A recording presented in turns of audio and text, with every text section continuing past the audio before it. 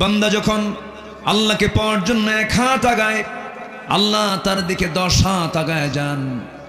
বান্দা যখন আল্লাহকে পাওয়ার জন্য 1 কদম হাঁটে, আল্লাহ তার দিকে 10 কদম হাঁটে।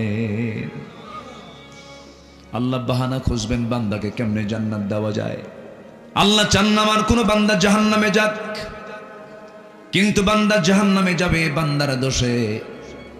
আল্লাহর তো দোষ এখানে দেওয়া যাবে না, বান্দা বান্দার দোষেই জাহান্নামে চলে যাবে।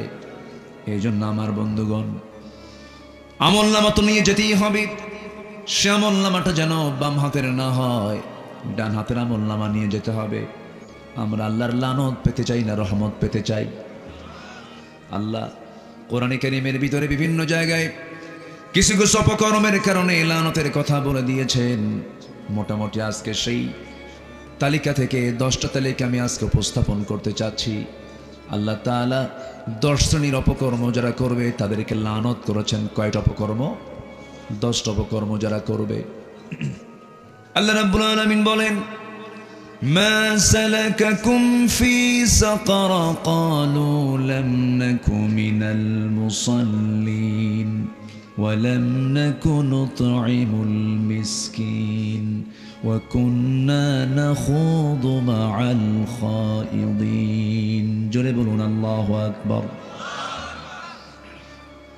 আরেক জায়গায় মহান রব্বুল আলামিন বলেন, فخلف من بعدهم خلف أضاعوا الصلاة واتبعوا الشهوات فسوف يلقون غيا। আল্লাহ রাব্বুল আলামিন ওই সমস্ত বান্দাগুলোকে শুধু জাহান্নাম দেবেন না, জাহান্নামের গর্তের মধ্যে ঢুকাবেন। গাই নামক একটা গর্ত আছে, সেই গর্তের মধ্যে ওই সমস্ত বান্দাগুলোকে আল্লাহ রাব্বুল আলামিন ঢুকাবেন যারা নামাজকে নষ্ট করেছে, নফসের তাবেদারি করে মন যা চাই সেইভাবে চলেছে।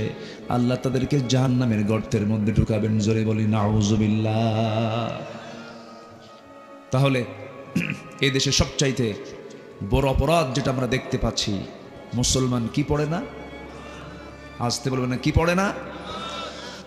আল্লাহর কালামে আল্লাহ তাআলা তারই আদরের, তারই পছন্দের, তারই মহব্বতের বান্দার প্রতি কিছু রহমতের ঘোষণা করেছেন। রহমত প্রাপ্ত বান্দা কারা? আবার এই কিতাবের ভিতরেই আল্লাহ তাআলা কিছু বান্দাকে লানত করেছেন, অভিসম্পাত করেছেন। যারা অভিসম্পিত হবে, যারা লানত প্রাপ্ত হবে, তারা হলো পোড়া কপাল। আর যারা রহমত প্রাপ্ত হবে তাদের তো কোনো কথাই না, তাদের ঠিকানা হয়ে যাবে জান্নাত। যেরকম সুবহানাল্লাহ। আমরা কি লানত পেতে চাই না রহমত পেতে চাই? ভালো করে বলেন, লানত না রহমত? রহমত পেতে চাই। রহমত ছাড়া কি জান্নাত পাওয়া যাবে? আল্লাহর দয়া ছাড়া কি বান্দা কখনো হিসাব দিয়ে জান্নাত পাবে? পাবে না। জান্নাত পাওয়ার জন্য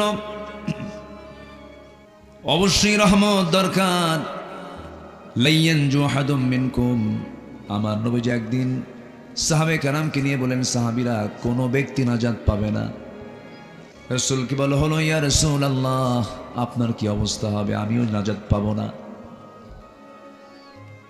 কিন্তু ইল্লা আন ইয়াতাগাম্মাদানি আল্লাহ, কিন্তু মহান রব্বুল আলামিন আমার উপরে রহমতের চাদর দিয়ে বিস্তৃত করে দিবেন, আমাকে মাফ করে দিবেন। চিন্তা করুন, আল্লাহ আমাকেও যদি ধরেন, আমিও পাকড়াও হয়ে গেলে আমি পার পাবো না। আর আমার দেশের কিছু মানুষের চিন্তা, কিসের নামাজ, কিসের রোজা, মুরিদ তো হয়েই গেছি আমি। আচ্ছা, এরকম চেতনার লোক আছে? আসতে বলবেন না, আছে না নাই? আচ্ছা ভাইরে, নিজের পা শক্ত করতে হবে, নিজের আমল মজবুত করতে হবে, নিজেকে নিজের পায়ে দাঁড়াতে হবে। লাহা মা কাসাবাত ওয়া লাকুম মা কাসাবতুম। সে যা অর্জন করেছে তার, তুমি যা অর্জন করেছো তোমার। কেউ কারো কোনো উপকারে আসবে না সেদিন। কার কথা? আসতে বলবেন না, কার কথা? আল্লাহর কথা। সম্মানিত ভাইয়েরা, তাই যদি হতো আমার নবীজির আপন চাচা আবু তালেব জান্নাতি না জাহান্নামী, সারা জীবন নবীজির বিরুদ্ধে ছিলেন না পক্ষে ছিলেন? পক্ষেই ছিলেন, কিন্তু কি ছিল না? আজ থেকে কি ছিল না? ঈমান ছিল না। ঈমান না থাকার কারণে আমার নবীর মতো মানুষ তাকে কিছুই করতে পারবেন না, কারণ ঈমান আছে যার মূল্য আছে তার, ঈমান নাই যার ন্যূনতম মূল্য নাই তার কার আদালতে। কিন্তু আমার দেশে বহু লোকের নামই আছে ঈমান আলী। কি নাম? গতকালকের মাহফিল কমিটির নাম ছিল একজনের ঈমান আলী, এই জন্য মনে হলো নাম হলো ঈমান আলী। নামাজ পড়ে না, নাম হলো রমজান আলী, রমজান মাসে দুপুরবেলা ভাত খায়। নাম হলো হিম্মত আলী, সাইকেলের চাকা বাস চলে শীত হয়ে পড়ে। নাম কি? হিম্মত আলী। নাম হলো আতর আলী, সুগন্ধ সুন্দর নাম আতর আলী, কিন্তু গোটা গায়ে গাজার গন্ধ। নাম হলো বাদশা মিয়া, ভিক্ষা করে। কি নাম রাখছে? বাদশা মিয়া। নাম হলো খোকা মিয়া, বয়স হলো 85 বছর। নাম দিয়ে তো জান্নাত পাওয়া যাবে না। জান্নাত পেতে হলে তার আমল লাগবে, তার ঈমানটা লাগবে। এই জন্য আমার বন্ধুগণ, এই দুনিয়া ছেড়ে যাবার আগেই আমার দুটো জিনিস ঠিক রাখতে হবে, ঈমান আর আমল। ঈমান আর আমল লাগবে। সম্মানিত ভাইয়েরা, আল্লাহ আমাকে বেশি ভালোবাসেন না আমি আল্লাহকে বেশি ভালোবাসি? একটু ভালো করে বলেন। আমি আল্লাহকে বেশি ভালোবাসি না আল্লাহ আমাকে বেশি ভালোবাসে? চিন্তা করুন। আল্লাহ আমাকে দারুণ ভালোবাসে। এত ভালোবাসেন, এত বদমাইশি করি, বান্দা কত দুষ্টামি করে, বান্দা কুফরি করে, বান্দা শিরকের কাজ করে, কত পাপাচারে লিপ্ত বান্দা। এরপরে আল্লাহ বলে উদউনি আস্তাজিব লাকুম। আল্লাহু আকবার। তুই আমারে ডাক, আমি তোর ডাকে সাড়া দেব। বান্দা যখন আল্লাহকে পাওয়ার জন্য 1 হাত আগায়, আল্লাহ তার দিকে 10 হাত আগায় যান। বান্দা যখন আল্লাহকে পাওয়ার জন্য 1 কদম হাঁটে, আল্লাহ তার দিকে 10 কদম হাঁটে। আল্লাহ বাহানা খুঁজবেন বান্দাকে কেমনে জান্নাত দেওয়া যায়। আল্লাহ চান না আমার কোনো বান্দা জাহান্নামে যাক, কিন্তু বান্দা জাহান্নামে যাবে বান্দার দোষে। আল্লাহর তো দোষ এখানে দেওয়া যাবে না, বান্দা বান্দার দোষেই জাহান্নামে চলে যাবে। এই জন্য আমার বন্ধুগণ, আমলনামা তো নিয়ে যেতেই হবে। সে আমলনামাটা যেন বাম হাতের না হয়, ডান হাতের আমলনামা নিয়ে যেতে হবে। আমরা আল্লাহর লানত পেতে চাই না রহমত পেতে চাই? আল্লাহ কোরআনে কারীমের ভিতরে বিভিন্ন জায়গায় কিছু কিছু অপকর্মের কারণে লানতের কথা বলে দিয়েছেন। মোটামুটি আজকে সেই তালিকা থেকে 10টা তালিকা আমি আজকে উপস্থাপন করতে চাচ্ছি। আল্লাহ তাআলা 10 শ্রেণীর অপকর্ম যারা করবে তাদেরকে লানত করেছেন। কয়টা অপকর্ম? 10টা অপকর্ম যারা করবে। নাম্বার 1 হলো জমিনে যারা বিপর্যয় সৃষ্টি করবে, জমিনে যারা ফাসাদ সৃষ্টি করবে তাদের উপর আল্লাহর লানত। আল্লাহ রাব্বুল আলামিন বলেন, ফাহাল আসাইতুম ইন তাওয়াল্লাইতুম আন তুফসিদু ফিল আরদ ওয়া তুকাত্তিউ আরহামাকুম উলাইকা আল্লাযীনা লা'আনাহুমুল্লাহ ফাআসাম্মাহুম ওয়া আ'মা আবসারহুম। সূরা মুহাম্মদ আয়াত নম্বর 22 এবং 23। এই জমিনে যারা ফিতনা সৃষ্টি করবে, ফাসাদ সৃষ্টি করবে, অন্যের ব্যাংক ডাকাতি করবে, শেয়ার বাজারে কেলেঙ্কারি করবে, হলমার্ক কেলেঙ্কারি করবে, আকাম কুকাম করবে, অন্যের জমি দখল করবে, অন্যের বাড়ি দখল করবে, অন্যের পুকুর জোরপূর্বক দখল করে চাষাবাদ করবে, এই সমস্ত বান্দার উপরে আল্লাহর পক্ষ থেকে রহমত না লানত? রহমত না লানত? লানত। লানত কি পড়ে নাই? পড়ছে কিনা? 16 বছর চিন্তা করা যায় কি করে নাই তারা? আমাদেরকে মঞ্চ থেকে নেমে দিয়েছে, মাহফিলে আমাকে লক্ষ্য করে গুলি পর্যন্ত করা হয়েছে। 16 বছর আলেমদেরকে ধরে পিঠ মোড়া দিয়ে বেঁধে জেলের ভিতরে ঢুকানো হয়েছে। আল্লামা সাইদির মতো মানুষকে ধর্ষণের মামলা দেওয়া হয়েছে। আল্লামা আজিজুল হক রাহিমাহুল্লাহ 98-99 এর কথা, জেলখানায় ঢুকে তাকে উজুর পানি পর্যন্ত দেওয়া হয়নি। তার ছেলেকেও ধরে গরু চুরির মামলা দেওয়া হয়েছে।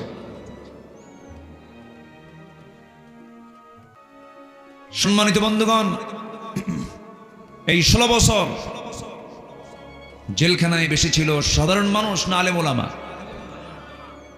আমরা কি দেশ চালাইছি কখনো? কি দোষ কি ছিল আমাদের বলেন? একটি মহলকে সন্তুষ্ট করার জন্য তারা এগুলো করেছে, কিন্তু লাভ হয়নি। আলেমদের রক্ত বড় বিষাক্ত। 2 বছর আগে আমি আব্দুল্লাহ আমিন সহ 116 জন আলেমের তালিকা করেছিল বিচারপতি শামসুদ্দিন মানিক। নাম শুনছেন তো? কালা মানিক বলা দরকার নেই, কালো তো আল্লাহই বানায় দেয়।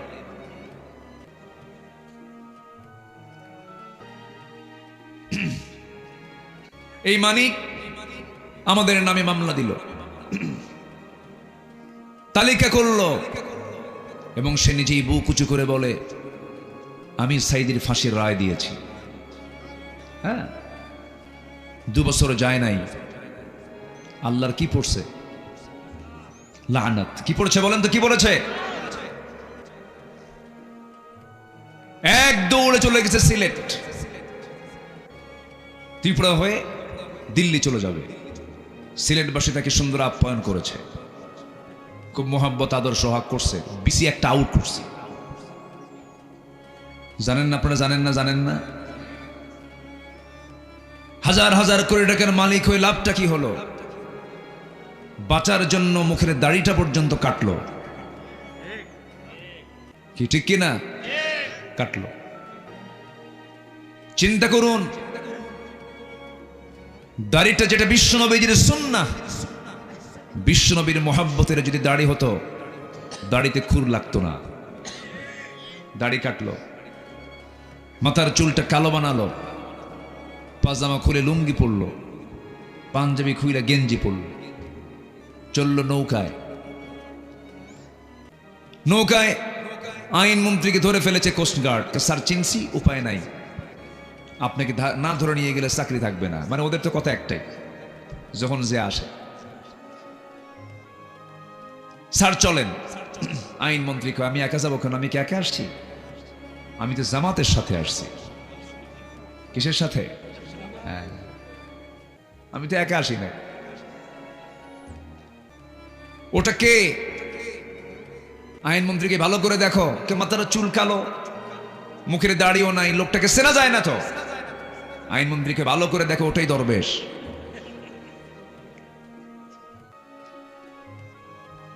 সম্মানিত ভাইয়েরা, সম্পত্তির পাহাড় গড়ে লাভ কি?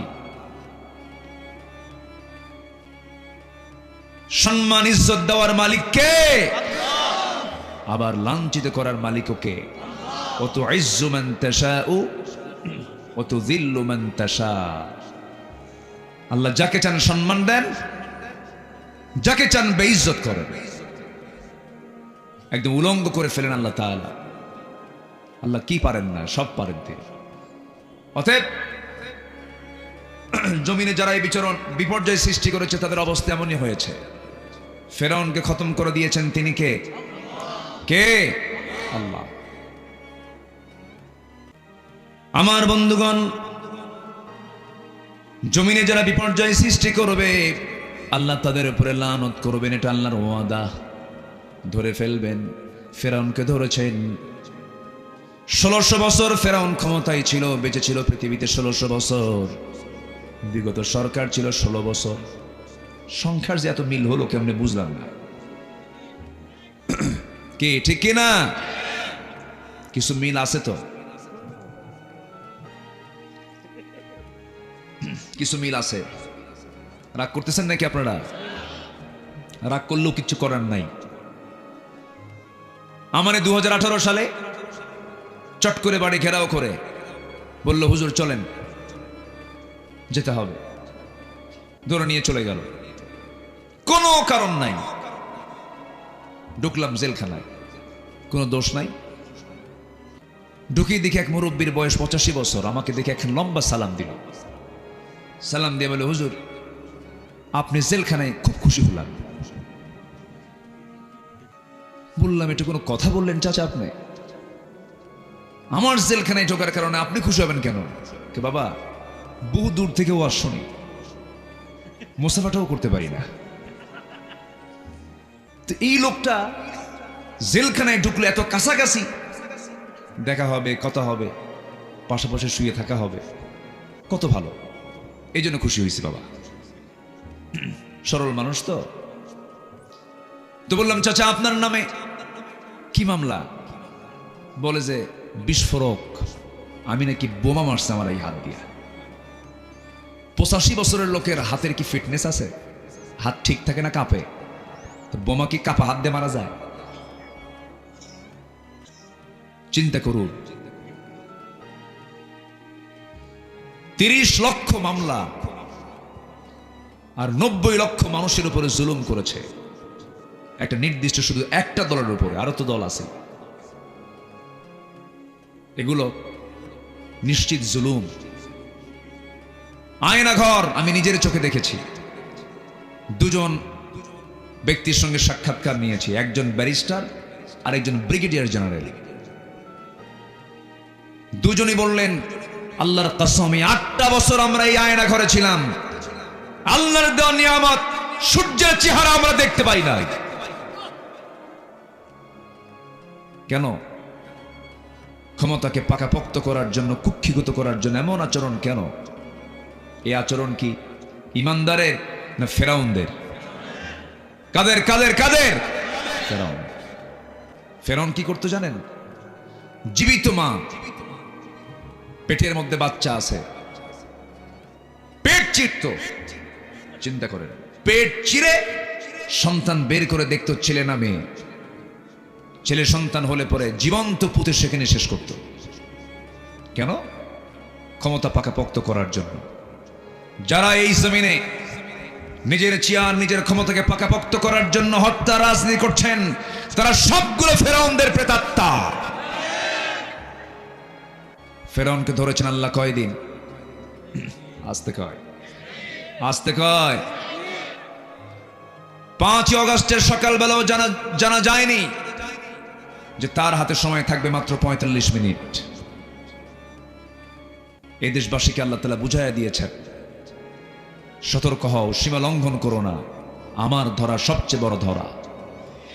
আল্লাহু আকবার বলেন। আল্লাহ আছেন না নাই? কে কোন দল করেন, কেউ আমার শত্রু না। একটু বিবেকের কাছে প্রশ্ন করে বলছি, এই দুনিয়াতে আমরা কার গোলামি করার জন্য আসছি? কার গোলামি করার জন্য আসছি? আল্লাহর গোলামি করার জন্য আসছি। এই কথাটা না ভুললেই আমরা ভালো থাকবো। আর যদি আমরা অন্ধ আনুগত্য করি কারো, তাহলে আমরা শেষ হয়ে যাব।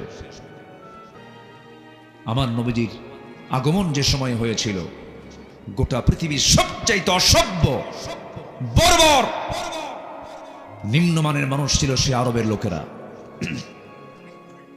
এত জঘন্য ছিল যে একটা ভাঙ্গা পাতিলকে কেন্দ্র করে, মাটির পাতিল, যুদ্ধ লেগে রাখত তারা যুগের পরে যুগ।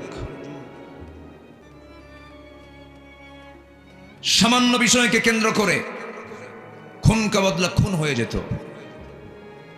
সেই যুগে আমার নবীর আগমন হলো। সেই সমাজ থেকে বের হয়ে আসলো আবু বকর, ওমর, উসমান, আলীর মতো জগৎধন্য কি মডেল তারা ছিলেন। আল্লাহু আকবার বলবেন না? জোরে বলি আল্লাহু আকবার। এই যে তারা হীরকখণ্ড হয়ে বের হলেন, ওই সমাজ থেকেই এত আলোকিত একটা মানুষ বের হলেন। কিসের দ্বারা? আসতে বলবেন না, কিসের দ্বারা? আমি কি আলোচনা চালাবো? বসেন, একটু দুই একজন দেখি নড়াচড়া করে আবার।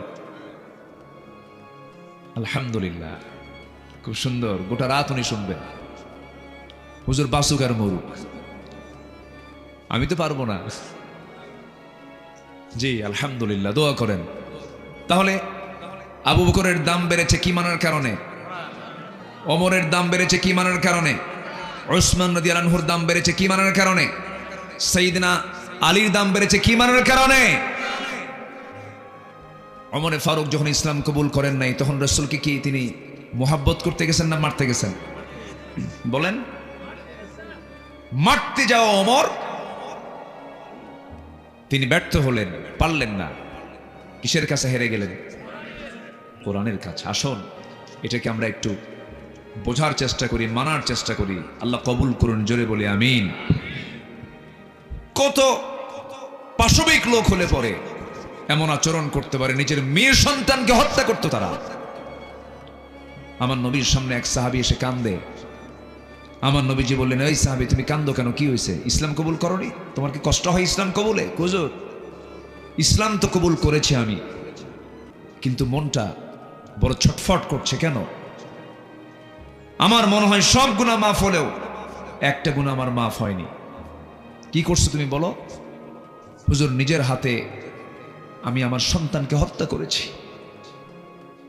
আমার নবীজির চোখে পানি চলে আসছে। নবীজি কেঁদেই বললেন, সাহাবী ঘটনা কি বলো তো? আমার নবীজি তাকে সামনে বসায় দিলেন। বসায় দিয়ে পুরনো ঘটনা তার কাছ থেকে লম্বা করে শুনতে লাগলেন। ওই সাহাবীর চেহারা খুব সুন্দর ছিল। চোখের পানি ফেলতে ফেলতে নবীর সামনে বর্ণনা করলেন, হুজুর, সন্তানটা যখন আমার স্ত্রীর গর্ভে চলে এলো, 6 মাস হলে পরে আমার স্ত্রী বলল, আমি চললাম বাপের বাড়ি। আমি আলটিমেটাম দিয়ে দিলাম, শোনো, সন্তান যদি ছেলে হয় নিয়ে আসবে, মেয়ে হলে পরে আমাকে না বলেই জীবন্ত পুঁতে হত্যা করবে। আমার মায়ের আলোচনা শুনছেন কিনা জানি না। আসছে, মায়েরা আসছে। আমার মা বোন আজকের যুগে যেমন নারীকে পণ্য সামগ্রী বানায় ফেলেছে, গোটা দুনিয়াতে মেয়েদের কোনো মূল্য নাই। মেয়েরা একটা ভোগ্য সামগ্রী হয়ে গেছে। মেয়েদেরকে উলঙ্গ করে ঘর থেকে বের করে দেওয়াটাকে স্বাধীনতা মনে করছে, কিন্তু মেয়েরা সম্মান পাবে কাপড় চোপড় খুললে না দেহটা ঢাকলে। ঢাকলে তাদের দামটা বাড়বে। সেই যুগে মেয়েদেরকে এরকম ভোগ্য সামগ্রী মনে করা হতো। মেয়েদের বাবা এটাকে বিপদ মনে করে মেয়েটাকে হত্যা করে ফেলতো। ওই সাহাবী বলছেন, ইয়া রাসূলুল্লাহ, আমার বউটাকে বলে দিলাম, বউ আমার চলে গেল বাপের বাড়ি। মেয়ে সন্তান আমাকে বলল সন্তানটা মৃত হয়েছে। আমার বউ মেয়েটাকে মারতে পারে নাই। 6 বছর চলে গেল। হঠাৎ করে আমার সামনে একদিন একটা ছোট্ট বাচ্চার সামনে দাঁড়ালো। ভালো করে লক্ষ্য করে, আপাদ মস্তক দেখে লক্ষ্য করে দেখে, আমার মতো নখ, আমার মতো হাত, আমার মতো পা, আমার মতো কপাল, আমার মতো চেহারা, আমার মতো হাসি খুশি। সন্দেহ হলো। সন্তানটাকে চট করে ধরলাম। সন্তানটাকে ধরে নিয়ে সোজা বউয়ের সামনে এসে দাঁড় করিয়ে বললাম, সত্যি করে বল, এই মেয়েটা কার মেয়ে? এবার বউ বলছে, স্বামী, আমার সন্তানের তথ্য আমি কতক্ষণ গোপন করব? এই সন্তানটা আমাদের ওরস থেকে এসেছিল 6 বছর আগে। আমি খেপে গেলাম, রেগে গেলাম, কিচ্ছু প্রকাশ করলাম না। অভিনয় শুরু করে দিয়া শিরকিয়াতের কারণে বউটাকে বললাম, মেয়েটাকে সুন্দর করে সাজগুজ করে দাও। অভিনয় করে সন্তানটাকে কোলের মধ্যে নিলাম, আদর করলাম, চুমু দিলাম, স্নেহ দিলাম। মেয়েটা আমার এত খুশি, আমার মাথার চুলগুলো কত সুন্দর করে গুছে গুছে দিল, আমার কাপড় চোপড়গুলো কত সুন্দর পরিষ্কার করে দিল। এরপরে আমি তাকে নিয়ে রওনা দিলাম নানির বাড়ির কথা বলে। সামনে জঙ্গল পেলাম, জঙ্গলের মধ্যে ঢুকে গেলাম। মেয়েটার মুখ ছোট হলো। মেয়ে বলছে, বাবা এই দিকে যাও কেন? কিচ্ছু বললাম না। জঙ্গল পার হয়ে গেলাম, গর্ত খনন শুরু করলাম কোদাল দিয়া। মেয়েটা বলে, বাবা এই দুপুরবেলা এত কষ্ট কেন করছো? শরীর থেকে তো ঘাম ঝরছে, তুমি কি নানির বাড়ি যাবা না? কিচ্ছু বললাম না। গর্ত খনন করতেছি, আমার দাড়ির মধ্যে মাটি এসে লেগে যায়। আমার মেয়েটা তার নখ দিয়া খিলাল করে করে আমার দাড়ির সেই মাটিগুলো সরাইয়া সরাইয়া দেয়। হুজুর, আমি ঘর্মাক্ত হয়ে যাচ্ছি, ঘেমে যাচ্ছি বারবার। মেয়েটা গামছা দিয়ে আমার গায়ের ঘাম, সেই ঘামগুলো মুছে মুছে দিচ্ছে, আমাকে আদর করে চুমু চুমু দিয়া বলে, বাবা গর্ত খনন কেন কেন? তুমি কি নানির বাড়ি যাবা না? আমি কিচ্ছু বললাম না। গর্ত খনন যখন শেষ হয়ে গেল, অভিনয় করে বললাম, মা দেখো তো গর্ত খনন কেমন হয়েছে। আমার মেয়েটা সরল মনে বিশ্বাস করে, মেয়েটা ছোট্ট মেয়ে, আমার 6 বছর বয়স হুজুর। আমার মেয়েটা যখন উকি মেরে গর্তের কাছে গিয়ে যখন উকি মেরে দেখতে লাগলো, আমি পিছন দিকে চলে আসলাম। পিছন থেকে এমন জোরে সজোরে ধাক্কা মারলাম, এক ধাক্কায় সন্তানটা গর্তের মধ্যে পড়ে গেল। উপর হয়ে পড়ার পর আবার চিত হয়ে দুটো হাত এক জায়গায় করে বলছে, বাবা বুঝতে পেরেছি মার কথাই সত্য, তুমি আমাকে আজকে মারার জন্য এই জায়গায় নিয়ে এসেছো। আমি জানি তুমি আজকে আমাকে মেরেই ফেলবে, বাঁচাবে না, কিন্তু বাবা একটু দয়া করে একটা বারের জন্য আমাকে প্রাণে বাঁচায়া দাও। এই চেহারা কোনোদিন তোমার সামনে আমি দেখাবো না, আমাকে ছেড়ে দাও।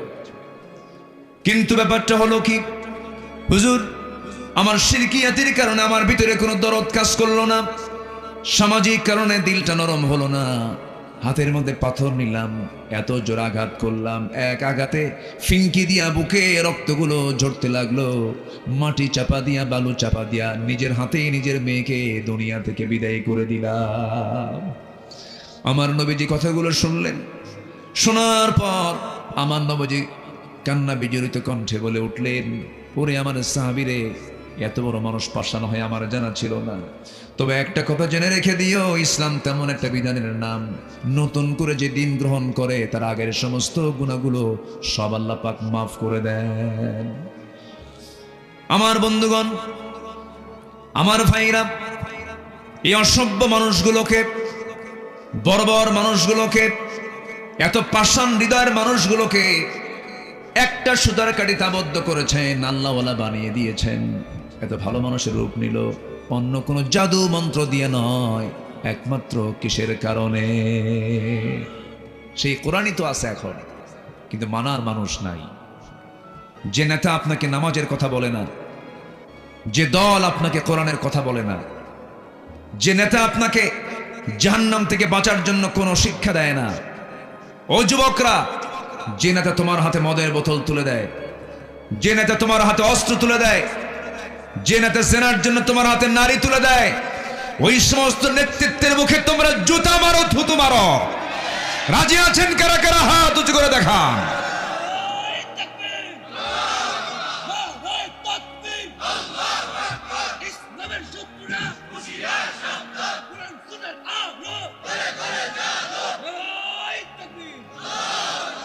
আল্লাহ কবুল করুন, জোরে বলি আমিন। আমার তো বন্ধু সেই যে আমাকে জাহান্নাম থেকে বাঁচার জন্য দাওয়াত দেবে। আমার প্রকৃত দল তো সেই হতে হবে যে দলের নেতার দিকে তাকালে আমার নবীর কথা মনে হয়ে যাবে। আমরা কোন দিকে দৌড়াই, আমরা কোন দিকে যাচ্ছি? সম্মানিত ভাইয়েরা, নামাজ পড়তে রাজি আছেন তো? কয় ওয়াক্ত নামাজ? আসতে বলবেন না, কয় ওয়াক্ত নামাজ? একা না জামাতে? বুঝে না না বুঝে? জেনে না না জেনে? সময় না অসময়? ইন্নাস সালাতা কানাত আলাল মুমিনিনা কিতাবাম মাওকুতা, আস-সালাতু আলা ওয়াক্তিহা ওয়াল্লাযীনা হুম লিসালাতিহিম কি ক্বাদ আফলাহাল মুমিনুন আল্লাযীনা ফি সালাতিহিম খাশিউন, যারা নামাজের মধ্যে খুশু খুশু করে নামাজ পড়বে। ওয়াল্লাযীনা হুম আলা সালাওয়াতিহিম ইউহাফিজুন, নামাজ যারা যত সুন্দর হবে ঈমান তার তত সুন্দর হবে। নামাজ নাই, নামাজ নাই, পরিবারে নামাজ পড়ে না, সন্তানের নামাজের খবর নাই।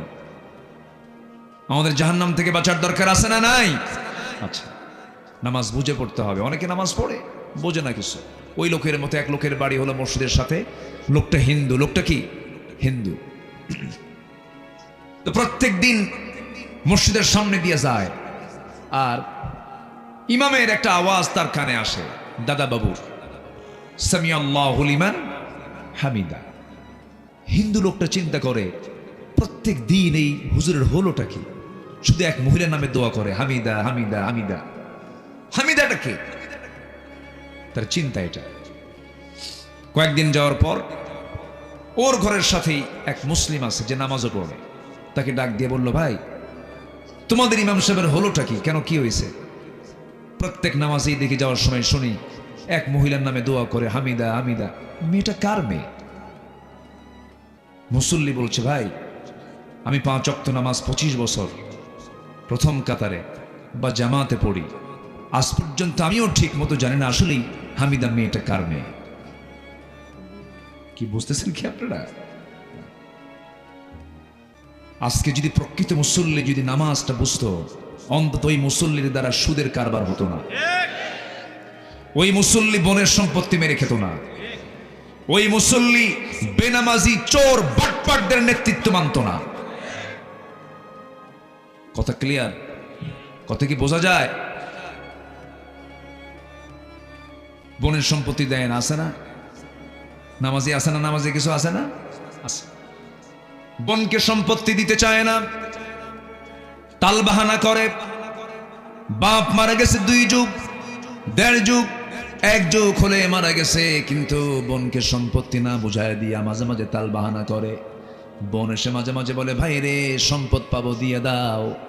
এমন সম্পত্তি দেখায় দেয় যার কোনো দাম নাই। কি ঠিক কিনা? এই জায়গায় কোন এলাকার জমির দাম কম, কোন কোন সাইজের জমির দাম কম? নামার ক্ষেত, এই তো পানির ক্ষেত, নামার ক্ষেত। রাস্তার ধারের পৌরসভার জমির দামগুলো অনেক বেশি, সেইগুলো ভাইয়েরা দখল করে বলে, ওই যে নামার খেতে যা, বলে দেয়। কথা বলে না, রাগ করে, বন্ধন ছিন্ন করে ফেলে। একই মার পেট থেকে এসেছে কিন্তু সম্পর্ক নাই সম্পত্তির কারণে। বোনকে সম্পদ বুঝায় না দিয়া আবার কিছু কিছু ভাই আছে দারুণ চালাক, বোনটাকে দাওয়াত দিয়ে বাড়িতে নিয়ে আসে। নিয়ে এসে কি করে, নাটোরের কাঁচাগোল্লা, বগুড়ার দই, টাঙ্গাইলের চমচম, কুমিল্লার রসমালাই, যশোরের খই, সব খাবারগুলো এক জায়গায় করে বোনকে দাওয়াত দিয়ে জনমের মতো খাওয়ায়। 2 ভরি স্বর্ণের পেটা চেন হাতের মধ্যে দিয়ে বলে, বোন আমি তোমাকে খুব মহব্বত করি, কিন্তু ওই 2 ভরি স্বর্ণের চেন কিনছে বোনের সম্পত্তির ধান বেচা। বোঝেন ভাই? খাওয়া খুঁয়া পাম্পট্টি দিয়া বোনকে বাম পাশে বসায় দিয়া এবার বোনকে বলছে, বোন একটা কথা বলি, অংশ নিলে কিন্তু ধ্বংস হয়। দেখছেন কি ফতুয়াটা দিল? মানে জাহান্নামে যাবে কেমনে তার রাস্তা ক্লিয়ার করতেছে। আছে এরকম? আছে? রাগ করতেছেন না তো? হুজুর ওয়াজ শুনতে এসে তো সম্পত্তি আমার বের হয়ে যাচ্ছে, এরকম ভাবতেছেন না তো? আবার কেউ সম্পত্তি বের হচ্ছে না, আপনার ভিতরে থাকা অন্যের হক বের হয়ে যাচ্ছে। কি ঠিক কিনা? আলোচনাটা সন্ধ্যায় হলে ভালো হতো। আসলে এত গভীর রাতের আলোচনা তো একটু কষ্ট পাচ্ছেন মনে হয় আপনারা। কষ্ট পাচ্ছেন না তো? মুআমালাত, মানুষের সবচেয়ে বড় দৌলত হচ্ছে মানুষের সুসম্পর্ক, সুন্দর কথা, সুন্দর মুআমালাত। বলি আলহামদুলিল্লাহ। একটা কথা বলে না, ব্যবহার কিসের পরিচয়? বংশের পরিচয়। আল্লাহ আমাদের ব্যবহারকে সুন্দর করার তৌফিক দান করুন। জোরে বলি আমিন। অত্যন্ত বিনয়ী মানুষ, আল্লাহ তুমি তাকে কবুল করে নাও। জোরে বলি আমিন। সম্মানিত ভাইয়েরা, বোনের সম্পত্তি যদি না বুঝায় দেয়, সম্পর্ক যদি না রাখে, আল্লাহর রহমত না লানত? লানত। আল্লাহ লানত করেন কয় শ্রেণীর উপরে? 10 শ্রেণী। চলে গেল 2টা। কয়টা গেল? লাইন মনে আছে তো সবার?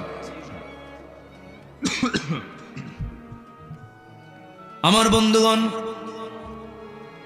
যারা জমিনে বিপর্যয় সৃষ্টি করবে, নাম্বার 2 হলো আত্মীয়তার বন্ধন যারা ছিন্ন করবে, নাম্বার 3 হলো যারা সীমা লঙ্ঘন করবে, তাদের উপর আল্লাহর লানত। এই পৃথিবীতে যত জাতি আছে এর মধ্যে সবচেয়ে নিকৃষ্ট জাতির নাম হলো ইহুদি জাতি। রহমত না লানত? রহমত না লানত? ওদের কোনো বৈধ ভূমি আছে? বৈধ কোনো জায়গা আছে ওদের? বলেন তো। টাকা কম না বেশি? আসতে কয় টাকা কম না বেশি? অস্ত্র কম না বেশি? অ্যাটম বোম আছে না নাই? গোটা পৃথিবীর আধুনিক সমরাস্ত্র আছে না নাই?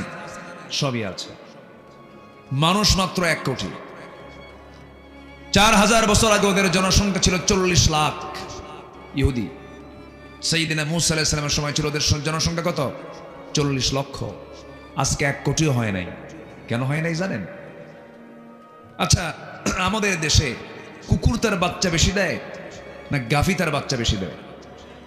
বলেন। কুকুর একসঙ্গে কয়টা? 8টা 10টা পর্যন্ত। আর গাভী একটা দেয়। কিন্তু বলেন তো, দেখা যায় কোনটা বেশি? গরুই তো বেশি দেখা যায়। এটা হালাল, এটা বরকত।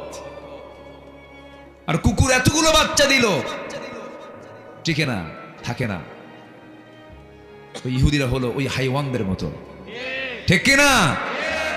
নিকটবর্তী সময় 1945 সালে সেকেন্ড ওয়ার্ল্ড ওয়ার যখন হলো, দ্বিতীয় বিশ্বযুদ্ধ, এডলফ হিটলার, জার্মানির তৎকালীন প্রেসিডেন্ট এডলফ হিটলার ইহুদিদেরকে গ্যাস চেম্বারে তুলে একদিনে 60 লক্ষ ইহুদিকে মেরে শেষ করে দিয়েছে একদিনে। এরকম করে মাঝে মাঝে ঝড় আসে, থাকে না, কুলায় না। এরা এত বাঁকা জাতি, নবীকে মারতেও তারা দ্বিধা করেনি। অনেক নবীকে তারা হত্যা করেছে। আল্লাহ তাআলা এই জাতির উপরে সীমা লঙ্ঘন করার কারণে রহমত দিয়েছেন না লানত দিয়েছেন? লানত দিয়েছেন। এখান থেকে বোঝা গেল, যেই সীমা লঙ্ঘন করবে তার উপরে আল্লাহর কি পড়বে? লানত পড়বে। আল্লাহ রাব্বুল আলামিন বলেন, লুইনাল্লাযীনা কাফারু মিন বনি ইসরাঈল আলা লিসানি দাউদ ওয়া ঈসা ইবনে মারইয়াম যালিকা বিমা আসাউ ওয়া কানু ইয়াতাদুন। জোরে বলুন আল্লাহু আকবার।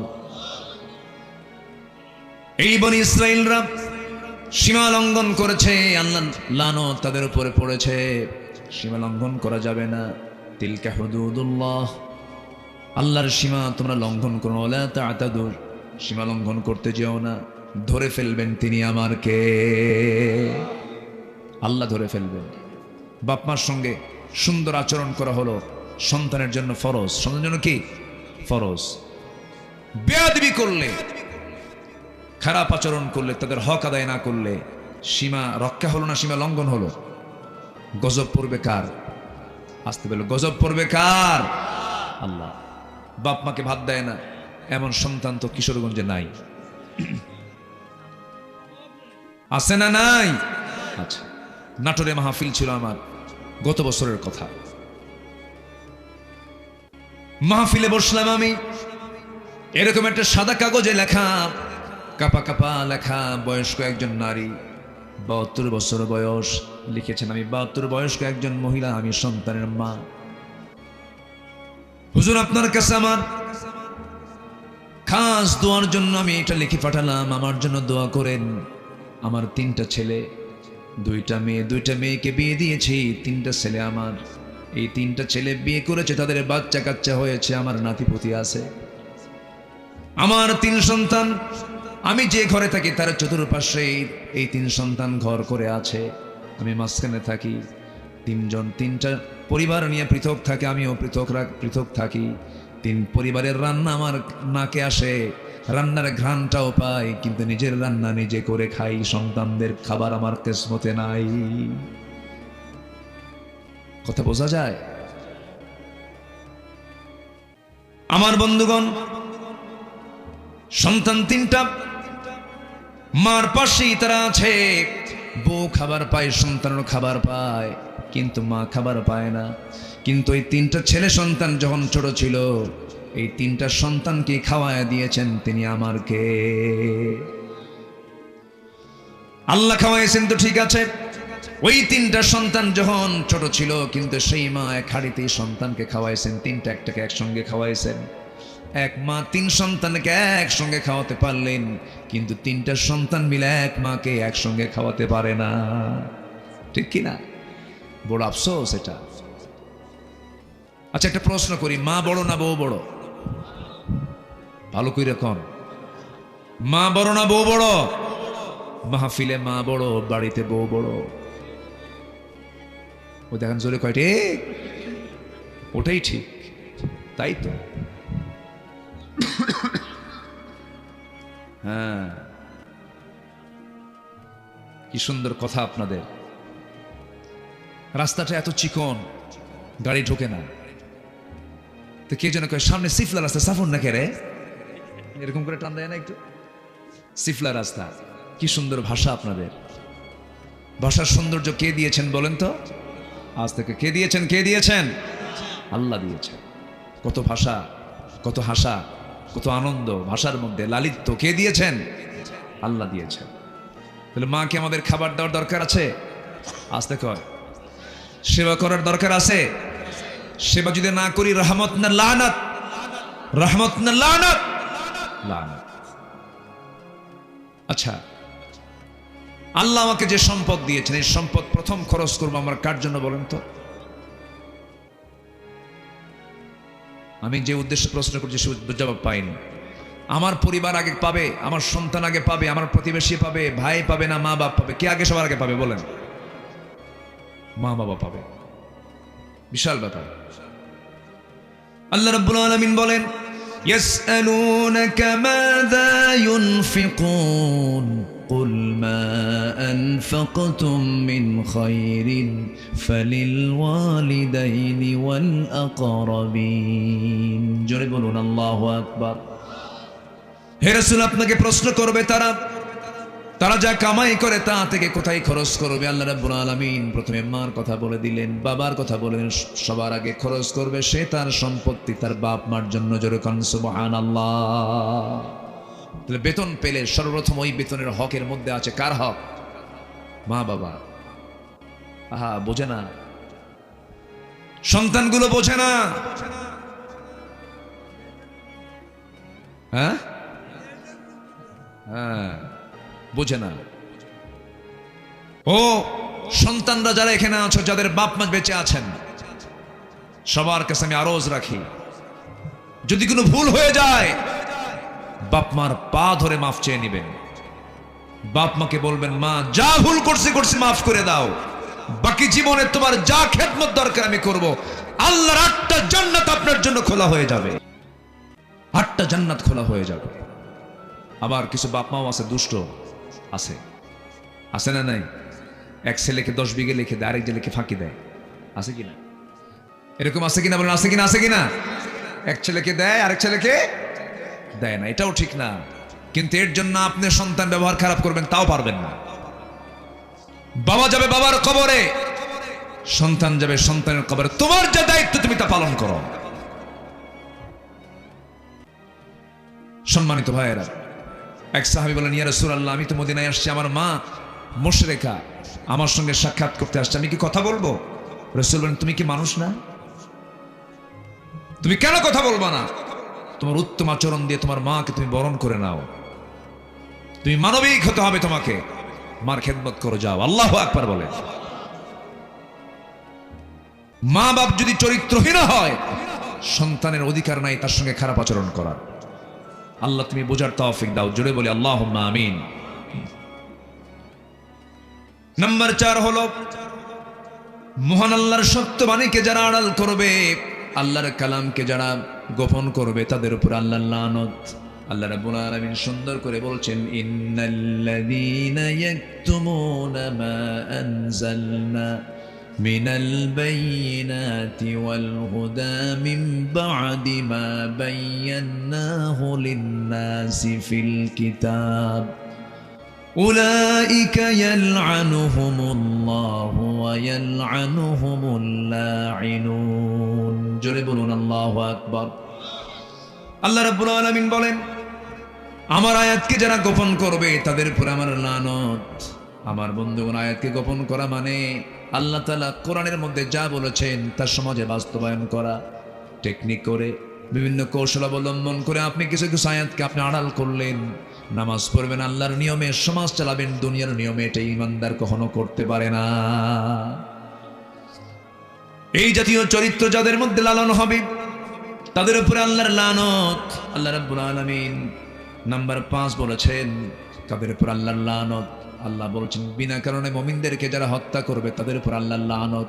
একটা মানুষকে যদি কেউ মেরে ফেলে তার উপর আল্লাহর রহমত থাকবে না, লানত পড়বে, লানত পড়বে। 10টা পয়েন্ট বলে আমি শেষ করে দেব, একটু বসো। হত্যা এটা ছোটখাটো অপরাধ না বড় অপরাধ? আসতে পারে ছোটখাটো না বড়? আল্লাহ তাআলা বলছেন যে ব্যক্তি কাউকে হত্যা করবে তার পুরস্কার হলো জাহান্নাম।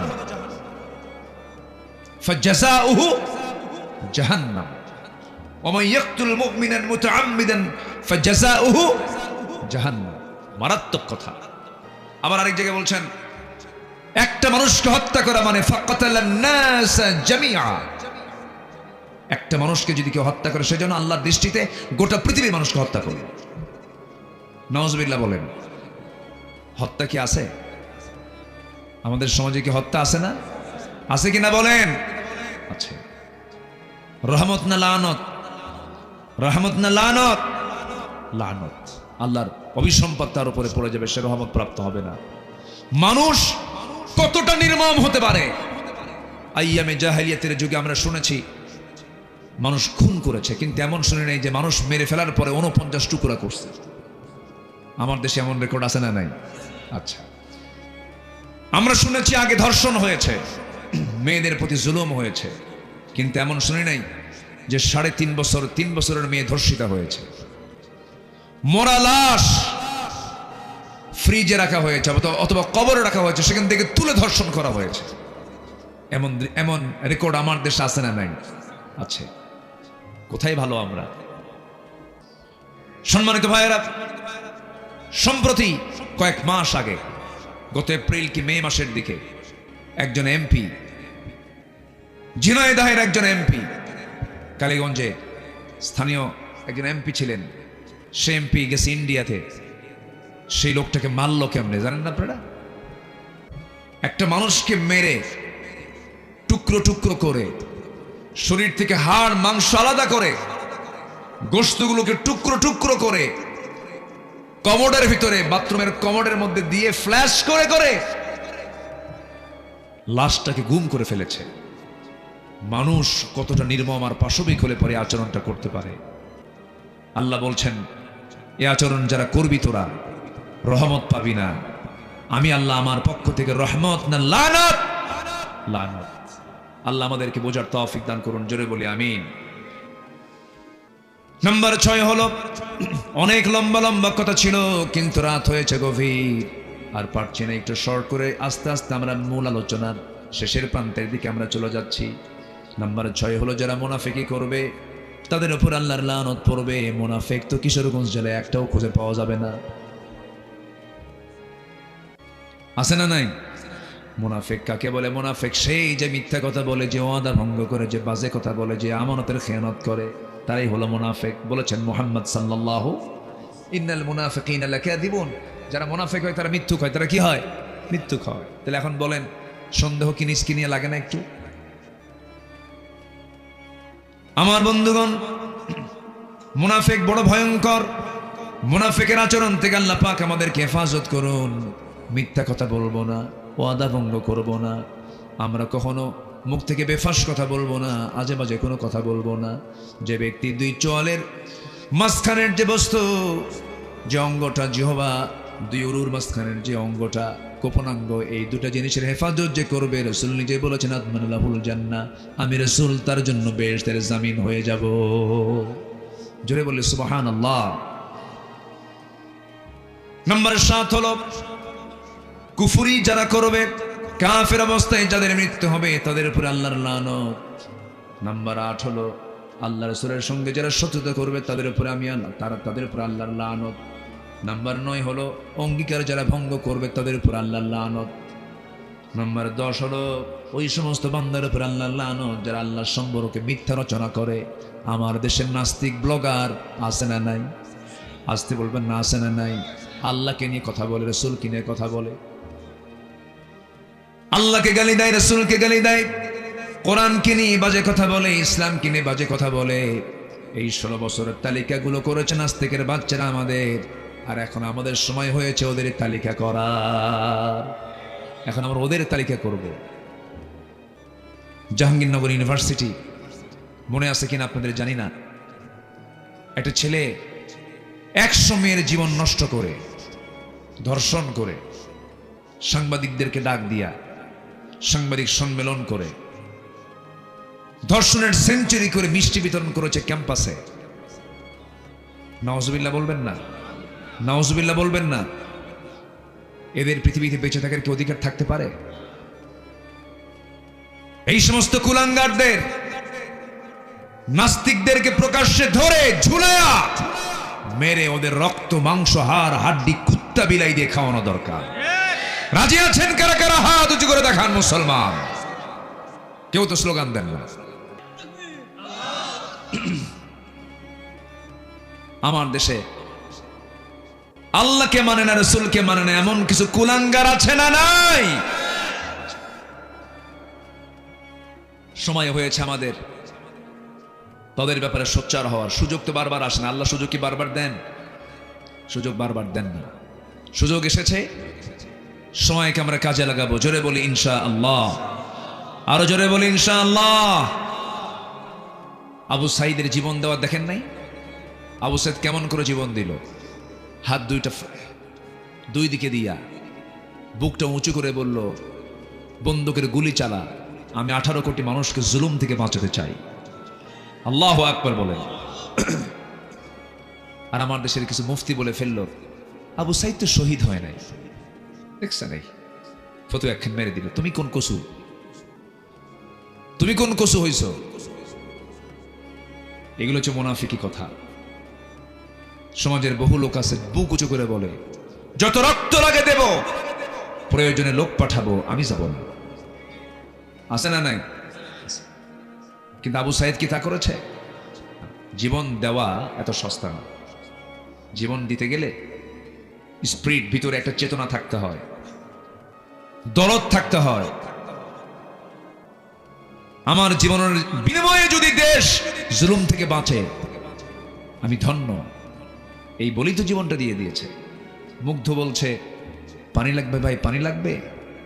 পানির জন্য সে ছটফট করছে। সেই মুগ্ধ চলে গেল, আবু সাঈদরা চলে গেছে, যুবকরা। এগুলো ভুলে গেলে চলবে না। ঘুরে দাঁড়াতে হবে, বাতিলদের মোকাবেলা করতে হবে। তোমার গ্রামকে তোমার সাজাতে হবে। তোমার গ্রামের মাতব্বরকে দাওয়াত দিয়ে বলবো, মাতব্বর চাচা, আপনি আমার গ্রামের মাতব্বর সম্মান করি, মোহাব্বত করি, আপনি গ্রামের মাতব্বরি করেন, নামাজটা পড়েন। নামাজ পড়বেন না, মাতব্বরিও চলবে না। কি ঠিক কিনা? যুবকরা তোমরা এগুলো করো। গ্রামের যে ঘর থেকে যে মেয়েটা বোরকা ছাড়া বের হয়, কপালে টিপ লাগায়া, গালে আটা ময়দা লাগায়া, কাপড় চোপড় না পরে অর্ধলগ্ন হয়ে যে সমস্ত মেয়েগুলো যে ঘর থেকে বের হয়, সে ঘরের মালিক ওই সন্তানদের বাপ মাকে ডাক দিয়ে যুবকরা বলবা, আপনার মেয়ে আমাদের চোখ নষ্ট করে, আপনার মেয়ে আমাদের যৌবনকে ধ্বংস করার জন্য চেষ্টা চালাচ্ছে। আমাদের অসুবিধা, আমাদের ইমানের সমস্যা, আপনার মেয়েটাকে বোরকা পড়ান, নচেত আমরা এগুলো মানব না। আসতে কন কেন? এই যুবকরা আসতে বলো কেন? তোমার গ্রাম তুমি সাজাও, তুমি তোমার গ্রাম সাজাও। 64,000 গ্রাম যদি বেনামাজি মুক্ত হয়, পর্দার ভিতরে যদি চলে আসে, আগামীর দিন হবে আমার দেশের ইসলামের দিন। আল্লাহ কবুল করুন, আল্লাহ কবুল করুন। এই আশাবাদ কামনা করছি। ফজর পড়বেন কারা কারা? একটা হাত তুলে দেখেন তো দেখি। জোরে বলি, ইয়া আল্লাহ, আমাদেরকে ফজর, জোহর, আসর, মাগরিব, এশা 5 ওয়াক্ত সালাত আদায় করার তৌফিক তুমি আল্লাহ দিয়া দাও। জোরে বলি আমিন, আরো জোরে আমিন, আরো জোরে আমিন, আরো জোরে আমিন। হাত নাও।